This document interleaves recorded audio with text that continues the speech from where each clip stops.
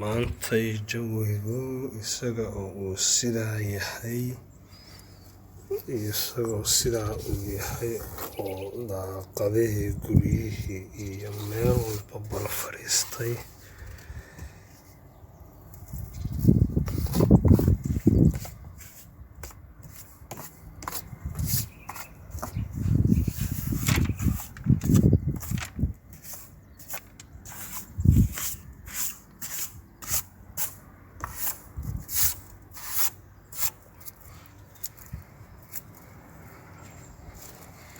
ayaa haddana qorrax soo baxday. Maalintii ugu horreysay aan qorrax arko tan intii aan joogay Hamburg muddo 2 asbuuc ku dhow.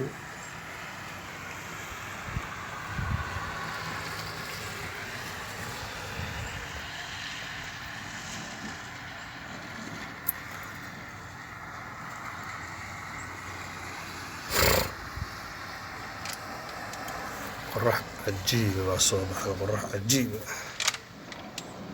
kala araga maanta kala banaanka loo soo yaacayaa, waa la isu dhigayaa qorraxdaas, waa lagu raaxaysanayaa, waxaa lagu qaadanayaa jaajar baa laga qaadanayaa jaajar